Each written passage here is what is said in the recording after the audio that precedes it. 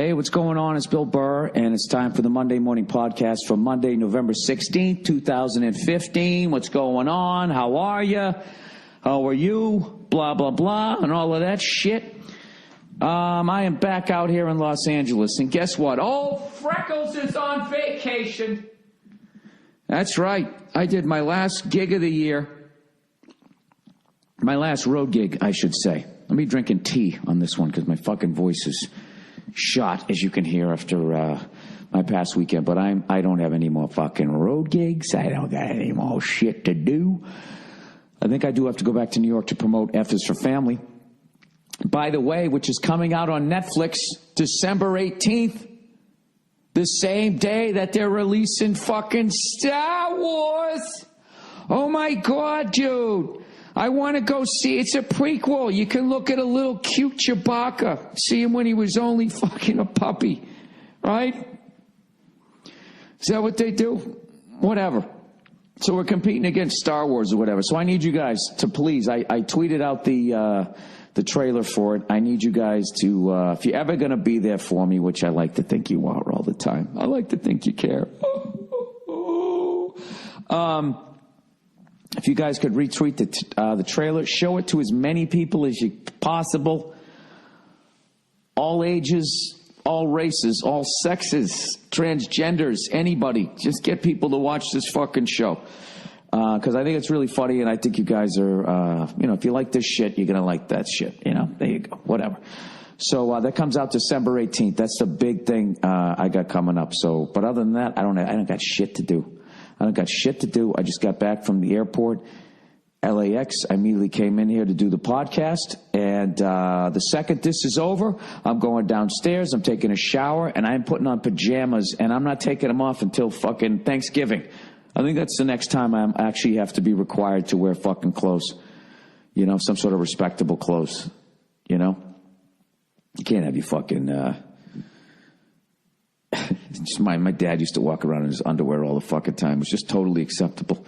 Tidy whities and a T-shirt. You have a dad like that? Who had no chill-out clothes? My dad was a suit, and he would just come home, just take his suit off, and then would be walking around with his dark dress socks on and his tidy white. He always just walked around. My whole fucking... It was just completely fucking normal. In fact, I mean, the only time he ever put on pajamas was when he was sick, and it looked weird.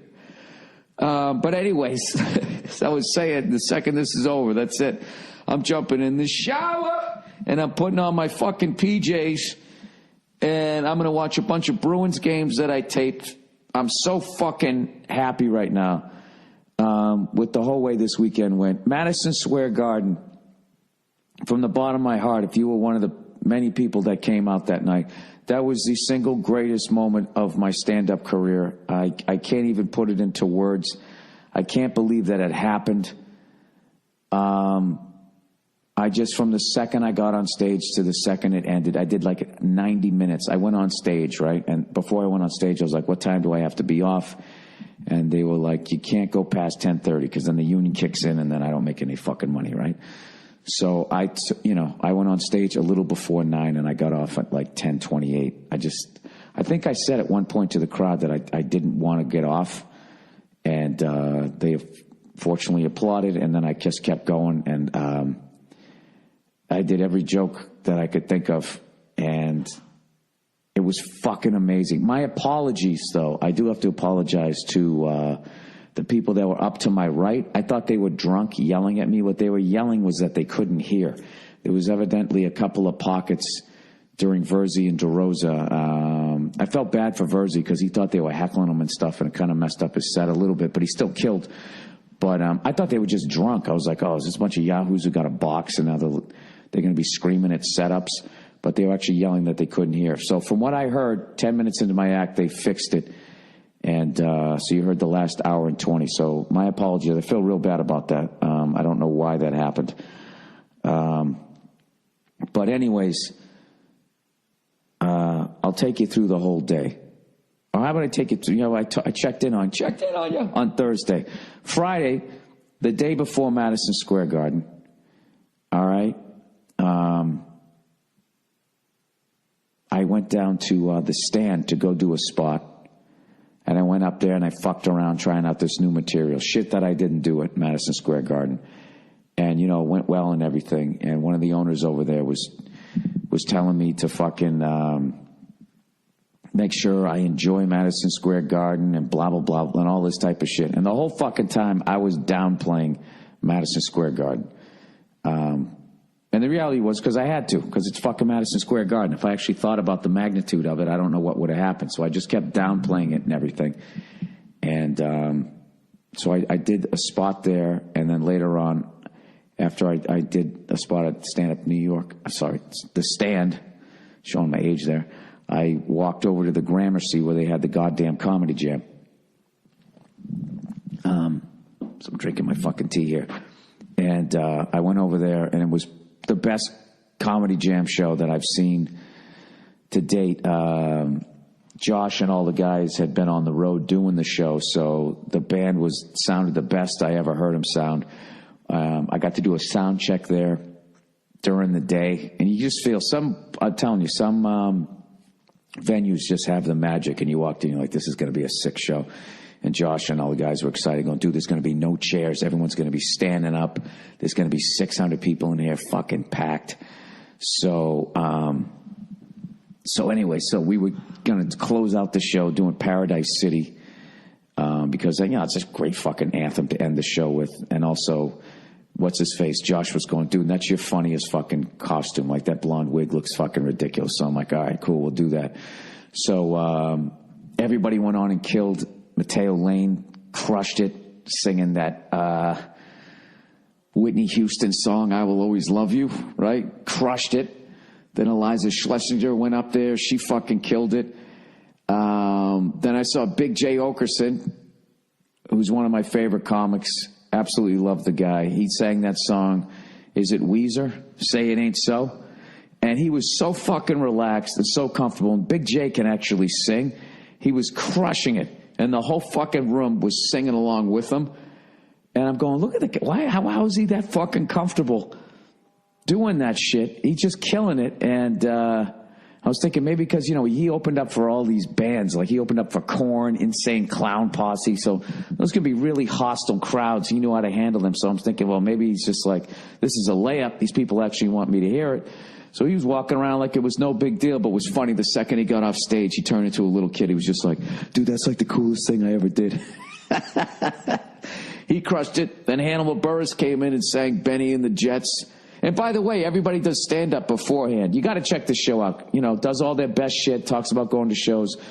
So makes the crowd laugh. They get great stand-up, and then you get to watch them, you know, act like an idiot in front of a band. And then I went on in the end and did Paradise City, and it was just, it was fucking sick. It was just such a great environment there, and everyone was standing up, and then it's also always fucking hilarious to walk out, you know, dressed up as have a fucking wig on and shit, and then just go into my act, you know, talking about people that I think are fucked up as I'm standing there wearing this stupid wig and a leather vest.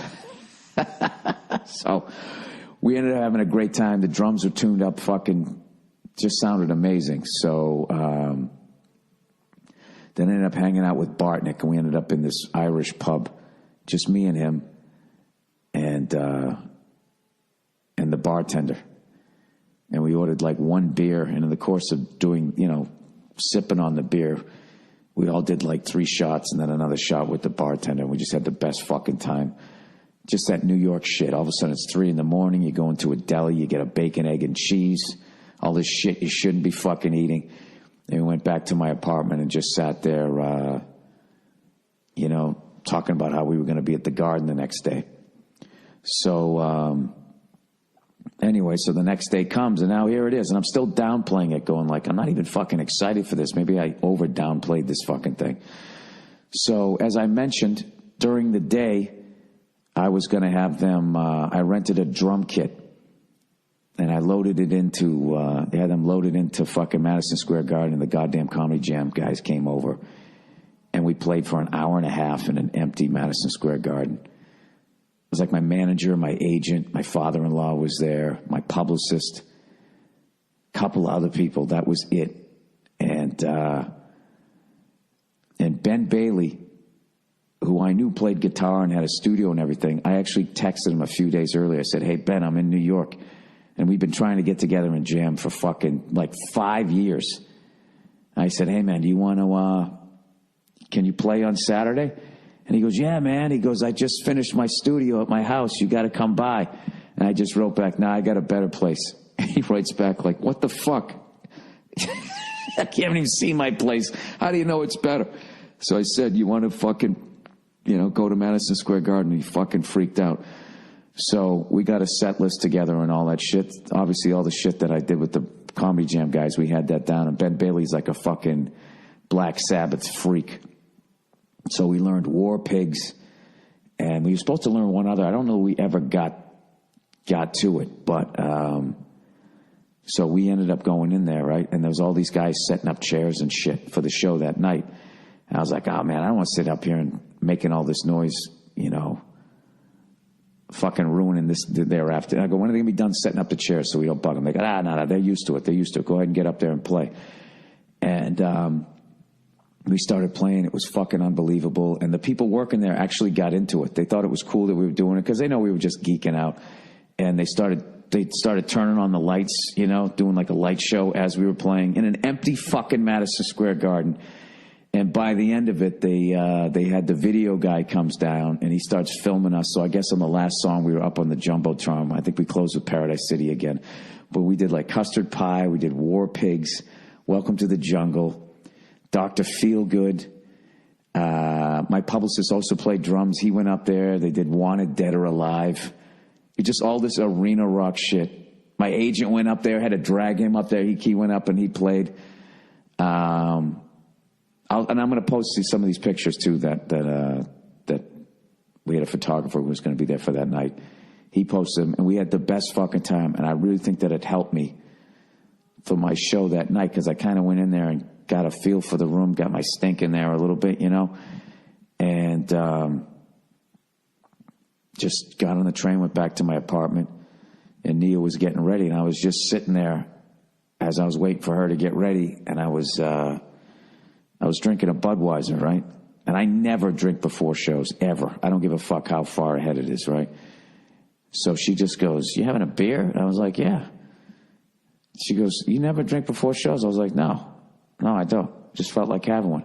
She goes, are you nervous? And I was like, nope. And I don't know why. I wasn't nervous.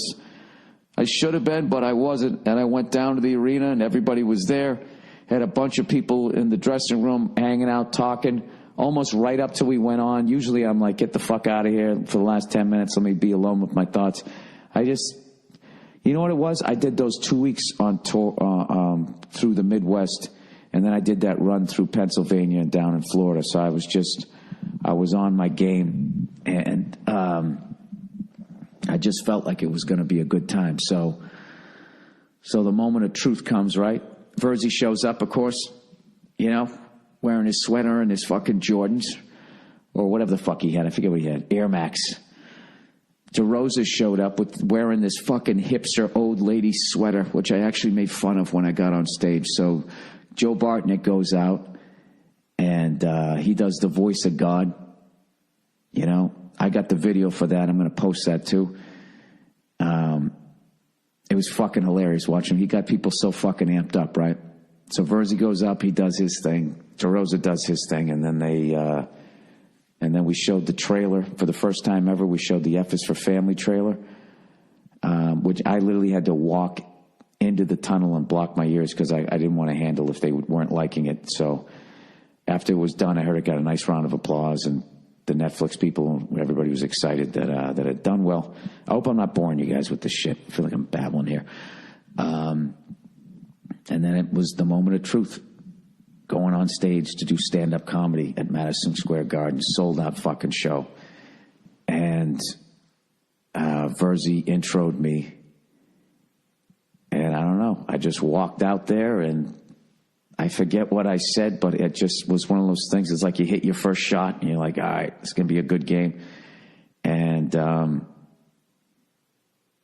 for the next 90 minutes. I don't think I've ever been more present. I just totally fucking enjoyed every last second of it. I did every joke that I wanted to do. I was improvising. I was fucking around. I think I trashed Babe Ruth at one point because me and Giannis Papas had this big debate about it. And I ended up telling this story about me and Verzi smoking a cigar in his garage. That's how I ended. And it was over, and I outroed. The outro music was, I went on stage to The Song Remains the Same, because the name of the show was Does Anybody Remember Laughter? It was just like it was a perfect night. And then the outro music was Frank Sinatra singing New York, New York, which I thought was perfect. It was a nod to, they played at Yankee Stadium and everything, and Madison Square Garden is such a legendary venue. And I got off, dude, and it was unbelievable. Everybody that I care about was backstage, was flipping out, saying what a great show it was. And, and I was worried. The only thing I was worried about was that the next day I was going to have a letdown. Like I was going to have that whole now what and, the big, it's like after you open all the gifts on Christmas, that feeling of melancholy. I thought I was going to feel that. I didn't. The next day I woke up, I just felt great. I felt satisfied. I felt at peace. I was just like, if I never get to do that again, I couldn't have done it any better. And I enjoyed every last fucking second of it. It was the night of my life. And of course I recorded it, and I will be putting that one out on vinyl. My act is not ready to be a special yet, but, that will definitely be, and I'm putting out every fucking second of that. So it might be a double album. I'll put that out hopefully after my next special. But it was incredible. The only part of the night that wasn't fun was when we went to the after party. One of the people that I work with dates. I don't want to say their business. Dates this guy who's a big fucking fan of the UFC. So somehow he had the UFC feed on his computer. And Nia was screaming, going, Bill, get over here, get over here. Ronda's having a tough time, blah, blah. And I was just talking to some people, and I didn't want to be rude. And then I just saw Nia go, oh, my God, put her hand over her mouth. And I went over there, and I saw the replay of Ronda getting knocked out. And I haven't had a feeling like that since I watched Tyson get knocked out. It's just something like, I don't know. I love greatness, and I didn't want to see, I didn't want to see that. Congratulations to Holly Holm. I hope I'm saying her name right so she doesn't kick me in the fucking jaw and neck, but that was fucking brutal. Brutal to watch, and it's one of the reasons why I have such respect for fighters, is they know that to keep fighting eventually, on any given night, even if somebody's not as good as you, you can just get caught. And I hate when something like that happens. And then people say, yeah, what's up now, bitch, and blah, blah, blah. Like you ever had the balls to fucking go in there. I obviously think Ronda's going to be back. I mean, she's only 28 years old, whatever. She got caught. I actually think now she'll probably become a better fighter because that whole fucking pressure of being undefeated is gone.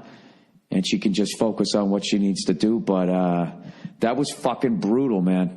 That was really brutal. And it actually reminded me, I had this flashback, aside from the fact when I watched Tyson get knocked out by Buster Douglas, I watched that over my buddy's house, up in his bedroom, right? We were like, I think we were underage. Yeah, we were underage. No, we weren't. Were we? I can't even remember how long ago. I just remember we were drinking beers in his bedroom, right? And he had this fucking TV in his bedroom, which was fucking ridiculous back in the day. If you had a fucking TV in your bedroom, it was insane. Most houses had one TV and maybe a little kitchen TV. And we were watching it on this fucking thing. And I just remember sitting there and just hand over my mouth. I couldn't fucking believe it. You just never thought Tyson was going to lose. And I felt the same way about Ronda. And, but that's happened 2 times on big gigs for me. That there's been a big fight where something unbelievable happened. Sorry, drinking the tea here. The first one was the first time I ever did Comics Come Home, which I believe was the second one. Afterwards, the after party, was in this bar, and they had the Tyson Holyfield fight, the one where Tyson was biting Holyfield's fucking ears. And, the bar was loud, so you couldn't hear the announcers. So you had no idea what was going on. And the second time, when, like, Holyfield was, like, grabbing, put his, like, gloves up, like, trying to grab his ear, and he did that fucking temper tantrum almost, like a little kid jumping up and down. We're like, what the fuck's going on with him, man? He looks like he's, like, on fire or something. And then somebody finally just goes, dude, did he fucking bite his ear? Right? And then all of a sudden it just became that. And then, when he went to it was kind of cool to actually see it with the sound down. And then they focused in on his ear, the blood, and the little bit taken out of his ear. And everybody in the crowd just going like, dude, what the fuck? And that was beyond a surreal night. It was the first, like, big gig. The first time I ever met Dennis Leary. And there was all these famous guys on the show. And Leary knew all these hockey guys. Cam Neely was there. Fucking Chris Nyland was there. Rick Middleton. I couldn't fucking believe it. And then I'm watching this sick fight, and I'm watching them reacting like regular fight fans. Like going, dude, did he fucking bite him in the ear? Like, well, just acting regular. So I got to admit, that was really fucking tough to see. That was tough to see. Ugh, that fucking picture of just taking that shot, man. I hate seeing that. Happens to just about every, other than Rocky Marciano, that happens to every great fighter. So that was that night. All right, so here we go. My Friday, Saturday, Sunday. So Friday, I get to fucking do the goddamn comedy jam in front of 600 standing room only people at the Gramercy Theater. Saturday, I jam during the day in an empty Madison Square Garden and have the set of my fucking life at this most famous arena and all that shit, the Mecca and all that crap that I always hate that they say it, as a Celtic fan, but Boston Garden doesn't exist anymore. And then Sunday, how do you top it? How do you top it? Where do you go? I went to the Giants-Patriots game. It's hilarious. Me and a buddy of mine, we Ubered over there, right? And we knew another 2 or 3 other groups of 2 that were going there. And we were all looking for a tailgate. We were trying to meet up with each other. We just showed up, the guy just pulls up to the exit off of the highway, and we just get out there, stumbling up the fucking hill with a 12-pack in our hand, and they let us into this gated area where they had tailgates. I felt like I was in a tent city, and we were just wandering around like 2 men without a country, and we finally just ended up sitting on this Jersey barrier. Oh, I remember what happened. A couple more of my friends showed up, and they were like, did you find a tailgate? I was like, nah, I tweeted it out, but nobody got back to me about letting us crash that tailgate. And my buddy was like, well, when we walked in, these people asked us if we had any beers.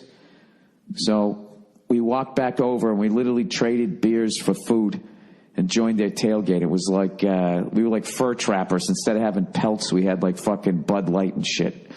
And cooked us up some burgers. They were all Giant fans, and breaking our balls about losing the Super Bowl. But, we were cool. We're like, yeah, dude, you guys fucking own us. We haven't beat you since the end of 2007. There's nothing we can say. I fucking love Eli. He's a fucking gamer. But I hate him because he always breaks our heart. So we fucking go in, we watch the game. I can't even intelligently talk what was going on. I was still flying so fucking high from MSG, and I was drinking, of course. And there was this little girl kept giving us shit, tearing up stuff and throwing it at us. And we weren't being assholes. We laughed at it at first, and then she just kept giving us shit. She was like 7. At some point you're looking at the parents like, can you not have her behaving this way? What are you trying to do? She's going to be one of the worst sports fans ever. She's going to get one of her boyfriends knocked the fuck out when she gets older because she's going to behave this way, but the person did nothing. So, we watched the game, and I thought once again, when we scored that touchdown, they called that bullshit holding call. I was like, here we go. Here we go. What's going to happen? But finally, Tom Brady had some Eli football god luck. He threw a fucking pick to end the game, and they dropped it. So there you go. I said Eli was due. I said the man was fucking due to have a game where the football doesn't bounce his way or whatever, but that's not like he screwed up or anything. He didn't throw a fucking pick. He actually threw a touchdown. Great play by Malcolm Butler. I didn't get to really see the replay. I saw it on the Jumbotron, but I'm sure if I was watching at home, I'd probably say, well, you know, back in the day, that would have been considered a touchdown. But who knows with these whole new fucking football move rules or whatever. But it was great, dude. It was great to see them fucking win the game, and it was great to see, you know, to be able to say that I saw Brady and Eli play against each other live. I saw Brady and Peyton Manning play each other live way back in 2004 when Manning was still on the Colts and hadn't won a Super Bowl yet. So that was a great one to see. But it all paled in comparison to doing Madison Square Garden. So there you go. There's a 24-minute story of my fucking last 3 days. I got to read some advertising here. But once again, I can't thank the people that showed up enough. That was... It was unfucking believable. You know what's funny? When I left, too, Verzi was, you know, all amped up and shit. Now, you know, I was flying high. It was just sick. We walked over to the after party right down, like, the streets in New York. And Verzi was flipping out, going, dude, you realize what you just did in there? Do you realize how hard you realize? And I was just like, yeah, I do. It's the best I can fucking do. And then we went in, we went to the after party, we drank, we smoked cigars. It was fucking sick. And then ended the night with the bacon, egg, and cheese. It was the shit. It's the shit. And now I'm on vacation. I remember somebody said to me, oh, now what? Now I'm trying to put that in my head. Now what? It's like, what do you mean, now what? Now what? Now I enjoy my evening. No, what's next? I don't give a fuck. Like, you're not supposed to be able to top something like that. What you're supposed to go in there is enjoy every fucking second of it and do the best you can possibly do, which is what I did. So I am told, there is no what's next. I couldn't believe when the person asked me that. It's just like, do you understand how much I love doing stand-up? I do it right now in front of 6 people. And if I got a new bit out of it, I'd still be excited. There's always got to be some cunt fucking ruining it. Uh-oh. Is my dog back? Hey, buddy. Look who's home. Cleo, get down. Jesus Christ. Hey, what's going on? All right. Get down. Oh, Cleo. Hang on a second. I haven't seen her in 2 weeks. I got to give her a proper hello. What do you say there, buddy? Come here. What's up, buddy? What's up?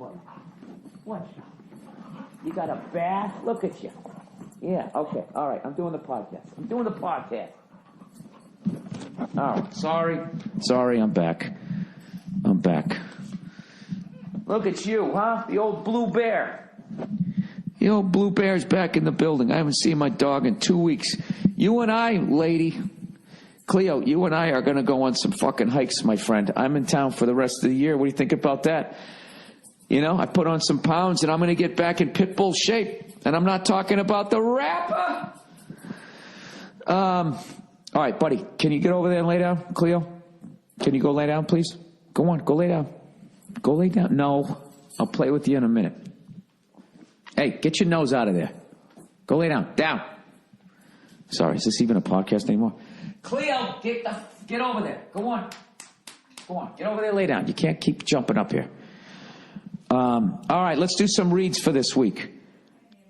Dollar Shave Club, everybody. Stop shaving with an old razor. It's gross. Why are you torturing yourself with a gross old blade week after week? Why would you do that to yourself? Why don't you love yourself? It's probably because you don't want to, actually the real reason is probably because you don't want to shell out $20 for a pack of new ones, right? DollarShaveClub.com has revolutionized the way that people shave. Men in particular. With Dollar Shave Club, you shave with a fresh blade as often as you want because they deliver a whole sleeve of amazing razors for just a few bucks a month. The razors are so good. Hey, Nia, keep it down. I'm doing the podcast. I said, can you keep it down? I'm trying to do the podcast. You're like louder than me. I'm fucking with you. Ah, Jesus. Sometimes the jokes work, sometimes they don't. Even the billion-dollar razor companies, corporations are freaking out. But instead of lowering their bloated prices, what do these pigs do? They're trying to fool you into milking the same blade for an extra month. And you know what? That's gross. It's not good for your face either. They've price gouged us for long enough. Attica.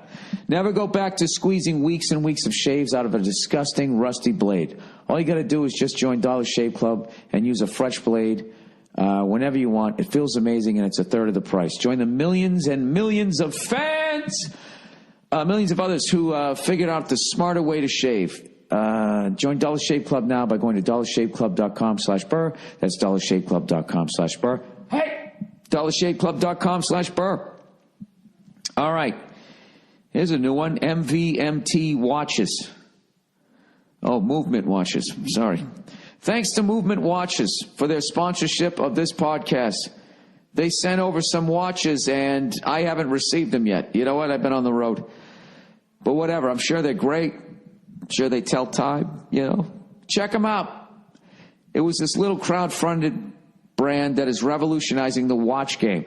They started to get a lot of press from GQ, Playboy, Hypebeast, Ask Men, said they are the hottest watch company on the market.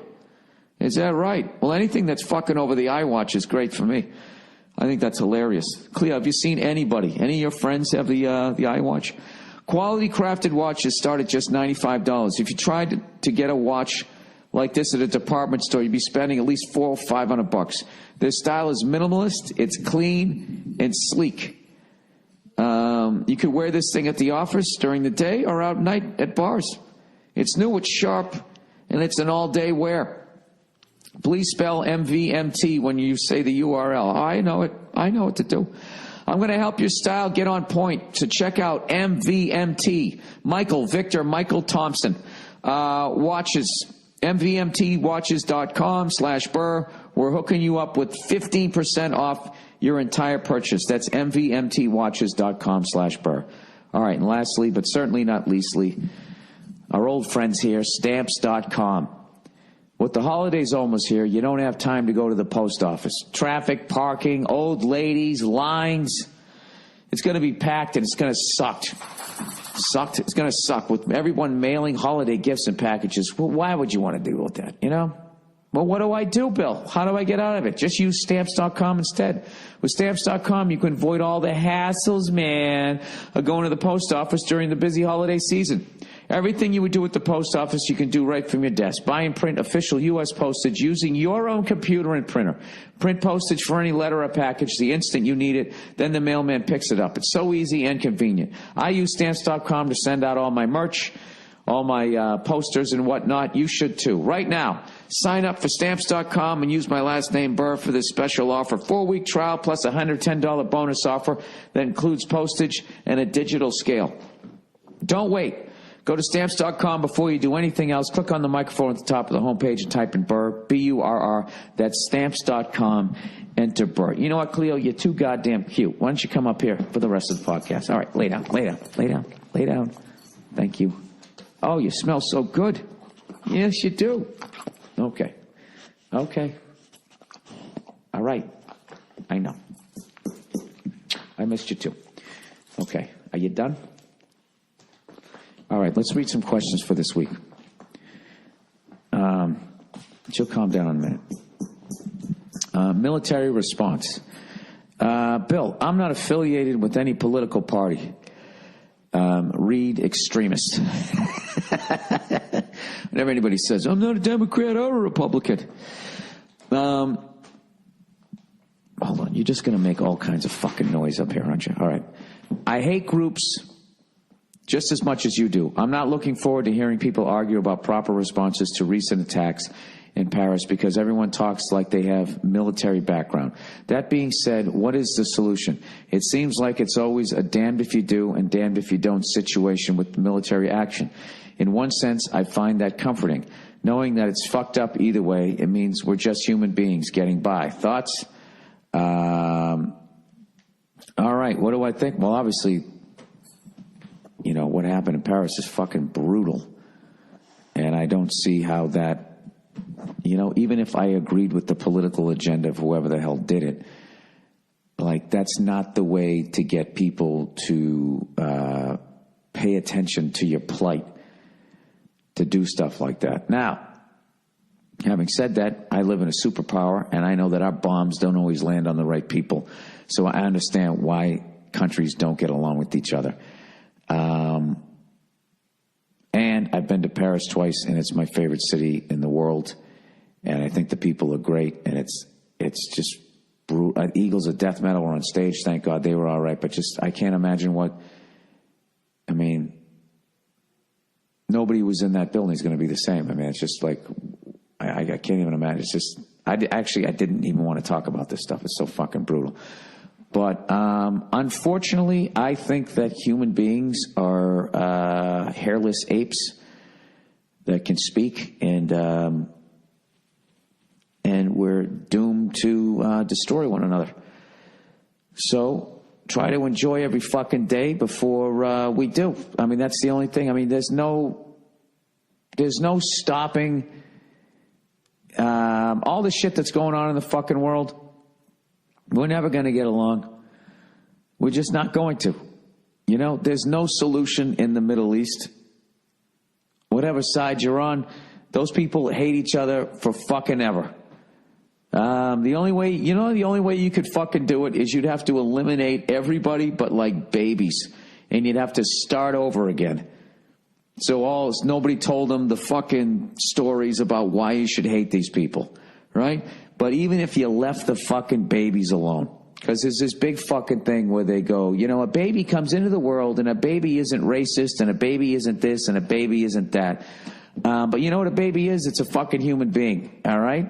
And so one of those babies eventually is going to be a sociopath. One of them's going to be an egomaniac, is going to give into jealousy and envy, and it would just start all over again in different parts of the world for different fucking reasons, and people would not like people because of how they looked, and it's just how we're wired. I think everything has a beginning, a middle, and the end.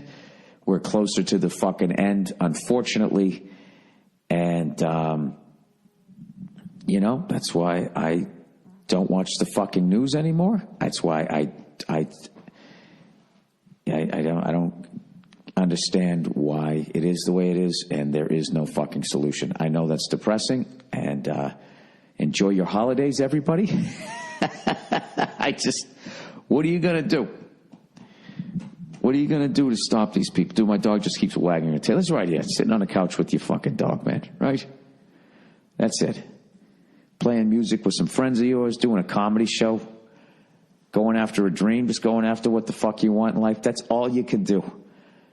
You can do that, and you can recycle, and you can try to use less materials. But other than that, do you really think, in all the years of watching the debates between Democrats and Republicans, do you think they're ever going to fucking agree? You think they're ever going to be like, no, I see your point. You know, if you give the people at top more money, they're going to create jobs. Oh, I get what you're doing. Or the people on Republicans are going to be like, oh, you know what? Maybe we are taking too much. Maybe we should fucking do this or do that. There's no fucking solution. It's just like when I was in New York, you know, they were talking about, you know, all the homeless people, you know, and people with mental problems and shit that's just on the street. The police chief goes, the solution was stop giving them money. And it's just like, all right, and then what? They just go, okay, well, I guess the city isn't giving money, and they're going to do like what, walk to Philadelphia with no money and no food? They're going to get desperate. You know, and then if you give them food and money, what does that mean? Then they get their life back together? I have no fucking idea. I don't know.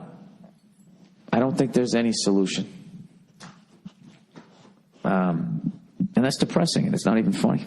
That's why I don't talk about that type of shit. So, moving along to the next happy fucking topic. All right, boyfriend won't shut up and let me listen to the game. All right. Bill, I've been in a relationship. What are you, fucking, did you marry a hipster? What do you want to put on the Sci-Fi Channel? Bill, I've been in a relationship with my wonderful boyfriend for a year. I'm 29 and he is 33. Yeah, it's a good age split right there. He's a wonderful man, treats me very well, and we are very in love. But he has no respect when I try to listen to the game. I'm a diehard Denver Bronco fan, and we live in Chicago. It is Sunday, and the game is not being aired locally because they're showing your lameless Patriots instead. Lame-ass Patriots. Yeah, I get it. We're undefeated, and you're not, so it annoys you. I get it. So you attack my team of Patriots. How can you not like the Patriots? That means you don't support the troops. So my only option is to listen to the game on Denver Broncos radio network. You could also get the NFL package. You could not go out drinking one weekend. You could use that money. You could watch him every week. Anyway, she goes, but my boyfriend makes it impossible for me to listen to it. He keeps playing his stupid videos during the game. Talks a lot like the game isn't even on, and he even broke out into a song and started vacuuming. This is not a one-time occurrence. Last week it was on, and he kept switching over to other games. His sports are hockey and baseball, and I never once interfered with his ability to watch the Blackhawks and the Cubs. Yet he makes it impossible for me to listen to the Broncos, the only sports team I really care about. Jesus Christ, this guy's an asshole. He doesn't seem to have any respect for my team and sports fandom. It's surprising because he's so respectful otherwise. How do I handle this going forward? Should I just always leave and go to the bar because I know he makes it impossible for me to watch the game or listen or watch the game? That's one of them. That's one solution. Why don't you just write down on a piece of paper, if you don't shut the fuck up, I will never blow you again. And then flip it over and say, I'm serious. After he goes, are you serious right now?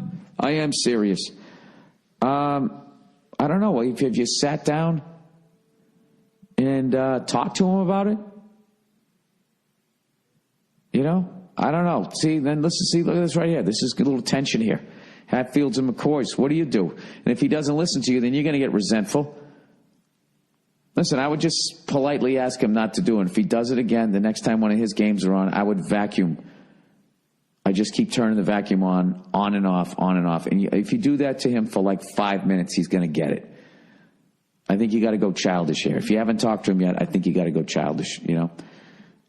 There's always room to act like an absolute fucking baby. Don't ever forget that. And it's fun. All right. Thanksgiving dilemma. Hey, Billy, so I will get right to the details. My family is hosting Thanksgiving this year. Oh, Jesus. We have 5 people in our family, mom, dad, and 3 brothers. I am the middle child. We have grandparents for both my mom and dad's side coming. Along with my grandparents, we have cousins coming. All right, now, here is my dilemma. Here's where my dilemma comes into play. My cousin got married a while back, and his wife has asked if her mom could come to our Thanksgiving dinner. Oh, Jesus Christ.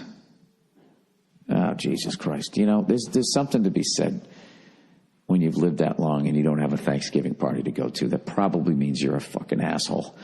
My mom had gotten into a little dispute with her like a few months ago, and my mom fucking hates her. Ah, Jesus Christ. You can't do that, people. You can't get into a fight with your fucking in-laws. You can't do it. You can't get in a fight with your, I don't even know what you call them. If your brother or sister gets married, you can't get into it with their fucking in-laws. You just can't do it. You got to bite your tongue and just be like, I'm going to sit here in my sweater. I'm going to smile and wave, and this is going to be over. And then I'm going to go back to the life that I'm leading, that I built. And I'll deal with this person once a fucking year, right? Why is there always a cunt, male or female? There's always that one fucking person just doesn't know how to hang, doesn't know how to be a good person. You know what I mean? Like if you're annoying people on Thanksgiving, which is who's kidding who? That's just the greatest day. You're hanging with the people you love. You're eating way too much food. It's all delicious. Everybody from all different families and shit is breaking out their secret recipes. There's football on. There's video games. You got the fire going. There is no fucking reason to even remotely be a cunt on that day or for the whole weekend.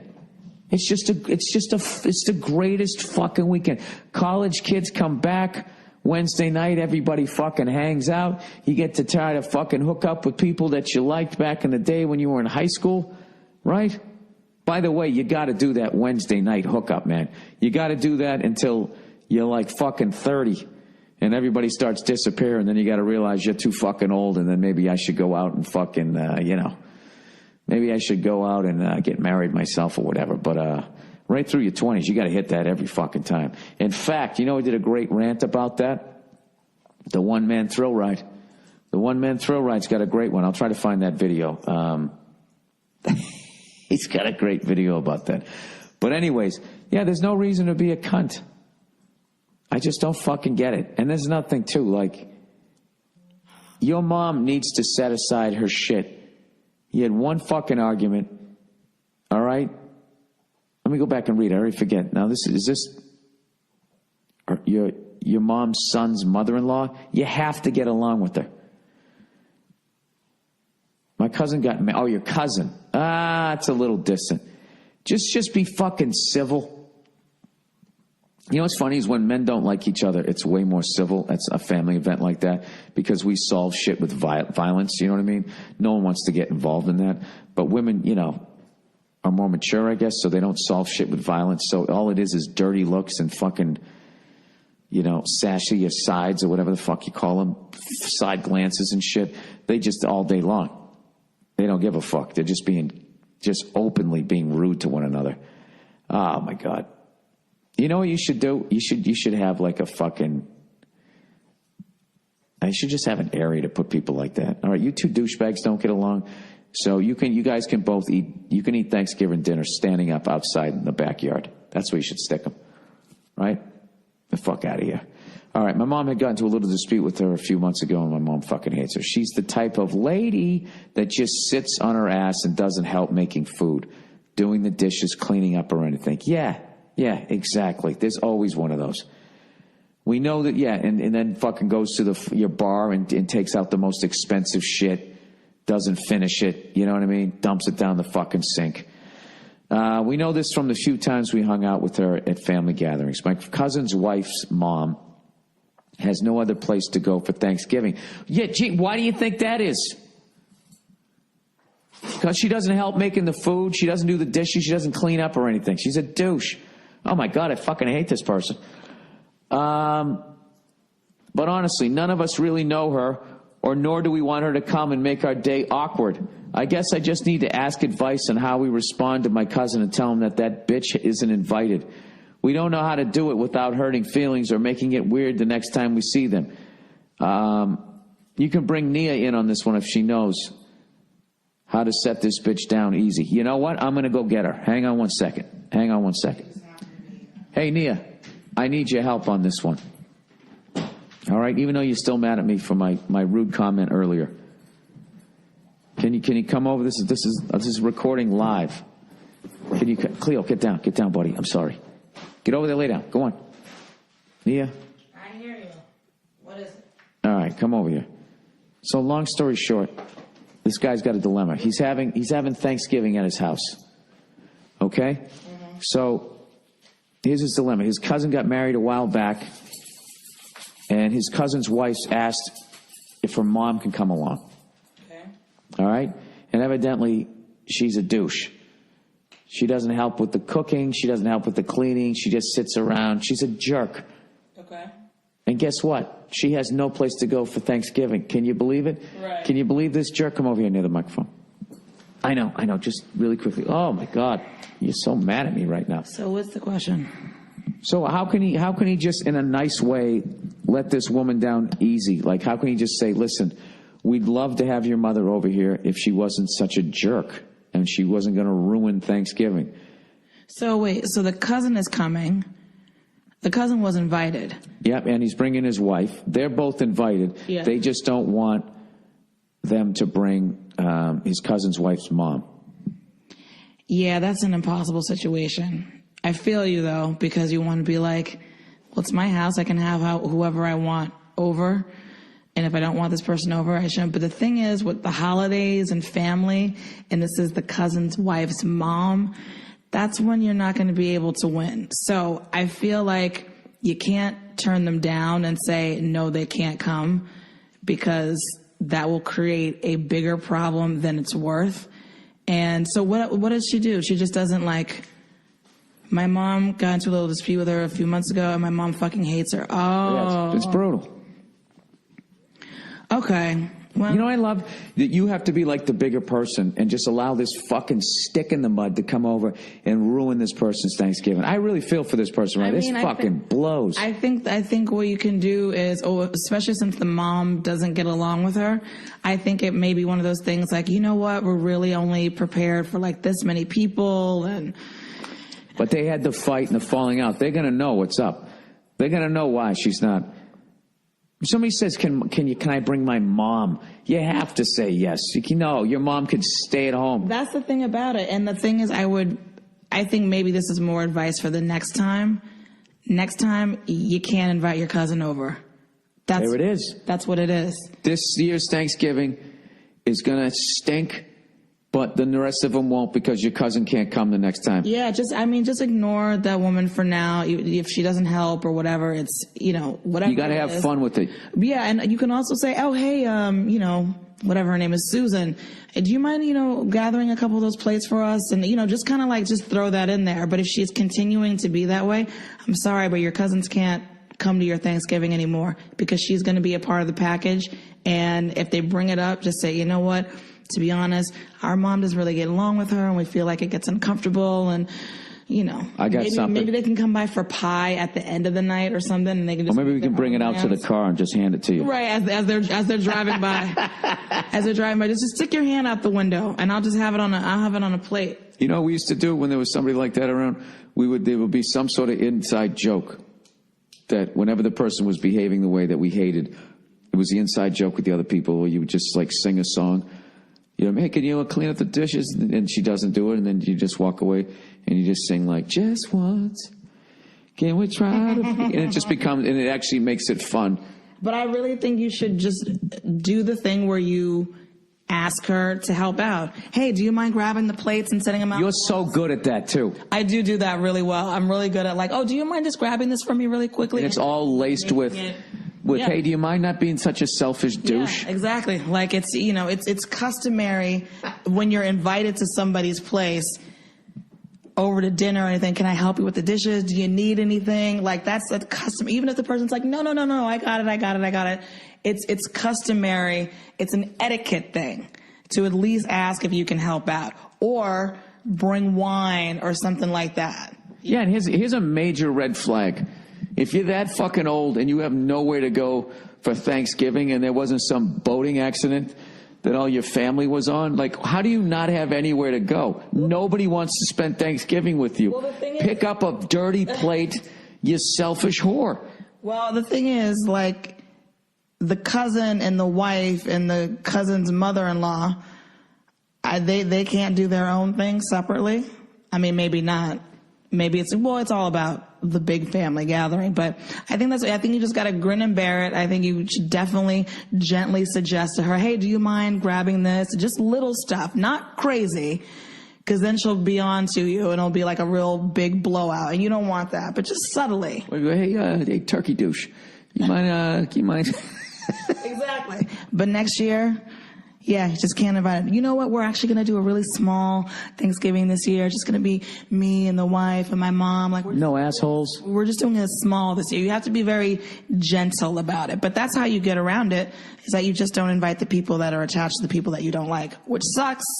But that's how it goes. Here's the other thing. Watch your alcohol intake, because the truth might be coming out. Later on, you might say something, and the alcohol will start going no, say it. Say it. Fuck it. It's your Thanksgiving, too. I need you All to right. sign this one. I will do that. Okay. Who do I make this out to? Can I give a shout-out to... can we shout-out Justin? Absolutely. Shout-out to Justin Long and his brother Christian Long. They listen to the podcast, and they're awesome. Justin, you know what I found out? The next day after we met each other, you and I have the exact same birthday. The exact same birthday. Month, day, year. How crazy is that? And why was Justin there? He was there because he does a voice on F is for Family, coming to Netflix on December 18th. Yeah, there you go. And he's been so great, man. He tweeted out, he was tweeting the hell out of the teaser and all that. And he does the voice of Kevin, and he is fucking hilarious, and was one of my favorite characters to write for once I saw what Justin was going to do with it. So we had a lot of fun hanging with them. Well, Nia, thank you so much. The lovely Nia, everybody. Thank you so much. Yeah, coming on the podcast. To support you at the Madison Square Garden. You were incredible. You were amazing. You were in the zone. I was very proud of you. Thank you. And now I'm telling you, I'm uploading this, and I'm taking a shower, and then I'm putting on my pajamas, and that's it. That's it. That's it. It's over. All right. One more question here. One more question I got to get through here. Oh, I got to feed you. Oh, yeah. Get Cleo some food. All right. Gay rumors. Dear Billy Twinkletoes, my friends and I are freshmen in college at different schools. Recently, he hooked up with this girl, with this lady. It was after the party had died and everyone was cleared out. She crawled into his bed. Jesus Christ, and started jacking him off, and that's how it happened. That's how what happened? He had a hand baby? It's kind of open-ended there. I was visiting that weekend, and I watched her walk into his room. The rest I heard secondhand from him. No pun intended. The next day, she started talking like they were in a relationship. He explained that he wasn't into being in a relationship. Aside from the fact that she's a slob, he wasn't into the idea anyways, with any girl. She responded by telling a group of people that he asked her to be his girlfriend to cover that he was gay and that he needed her to meet his parents. She just made that up. Can you believe this chick? That's sociopathic behavior. Yeah, it's slander. My question obviously is, what should he do? He's not a feeble soul. He's actually really quick-witted, and if he really wanted to, he could clear the air publicly. It's one of those situations where if he lets it all fade away, it could end clean. On the other hand, fuck that. She shouldn't get off that easily. She could do it again, and the next guy could respond with violence or suicide or some shit. What's the move here? You know what the move here is? To fucking watch that crazy train just go down the street and disappear over the hill. Fuck her. That's fucking hilarious. It's hilarious that she said that she's a maniac. Why would you do that? You know what I mean? Gives a shit. How easy is it to play? Are you gay? Well, I mean, I am a sharp dresser. You got to give me that. Who knows? Maybe I am, maybe I'm not. I don't know. Hey, ladies, you want to see if you can ungay me like they do at the fucking those weird churches where they try to cure you being gay? I would just have fun with it. Who gives a fuck? Honestly, who gives a shit? Some slob says that you're gay. All right. Well, I'm not, and I can prove it. Show me your tits, ladies.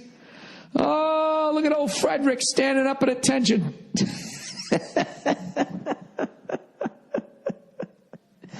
Yeah, this is like childish. Who gives a shit? Who gives a shit what people think? Yeah, I mean that's it's a joke. She's going to do it to somebody else. Yeah, okay. And then what? She keeps going around. Oh, that guy doesn't like me. He doesn't like me because he's gay. I don't know. Maybe she's that much of an egomaniac that she thinks the only way that you could not 100% be into her is because that you liked men. Because evidently she's just the most amazing fucking woman of all time. Yeah, when people walk around, they say shit like that to you. I mean, if you have like a business and somebody's trying to say like, yeah, hey, I got food poisoning there. I mean, you got to put a stop to that. But, hell hath no fury like a woman scorned. Like, you haven't hooked up with a woman, dated a woman, unless you've had a woman go around and just make up shit about you and say a bunch of fucking stuff to try and hurt you. That's what they do. She wants to beat the shit out of him, but she can't. So she's doing what women do is they just go around saying shit about each other. That's what they do, This woman is acting completely normally. This is what, completely normally? Completely normal. This is normal chick psycho fucking behavior. I think it's fucking hilarious. And, I would just let it go. Yeah, we can't let her get away with this. You can't go vengeance. Vengeance never ends well. It never ends well because they're going to come back and get their vengeance on your vengeance. And then eventually the only way to end it is somebody's got to kill somebody, right? That's basically what happens. Is it? I don't know if it is. All I know is it's the end of the podcast and I am on fucking vacation. And I want to thank everybody over all the years of coming out to my stand-up shows.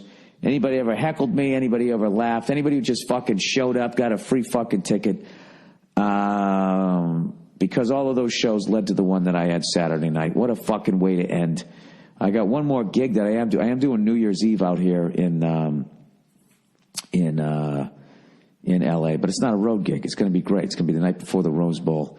It's going to be the Four Horsemen coming together again. It's going to be fucking awesome, but I don't know. I hope I was able to convey it. I can't even tell you how just fucking thrilled I was. I still can't believe that it happened, but I know it happened because I was totally present and I enjoyed the whole thing. And you know, it was great. The light was so in my eyes, I couldn't see how big it was. I couldn't see everybody, but I could look up and see the lights up at the top. And one of the coolest things ever, my comedy career, at one point, I was doing this Illuminati act out, like they were all sitting at a table talking about the population problem. And I actually sat down on the stool and I was doing this creepy fucking thing about them, thinking about how they could get rid of people. And I was able to bring the whole fucking room down like I was in a fucking comedy club. And as I was doing it, I was actually thinking, like, how fucking sick is this right now?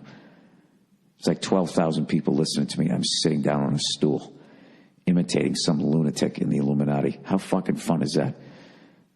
It was indescribable. And anyways, please tell everybody you know about F is for Family. I would really appreciate it. Although after Saturday night, nobody owes me anything. But if you'd like to, I would appreciate it because I think it's going to be a great show, a great TV series for many years to come with any luck. All right? That's it. So I'm thankful early this year, man. I'm thankful for all you guys listening to this podcast and all that stuff. That's it. So go fuck yourselves. As always, I'll check in on you on Thursday. Check in on you. I'm going to go take a shower, put on my PJs, and play with my fucking dog. All right? That's it. I'll see you.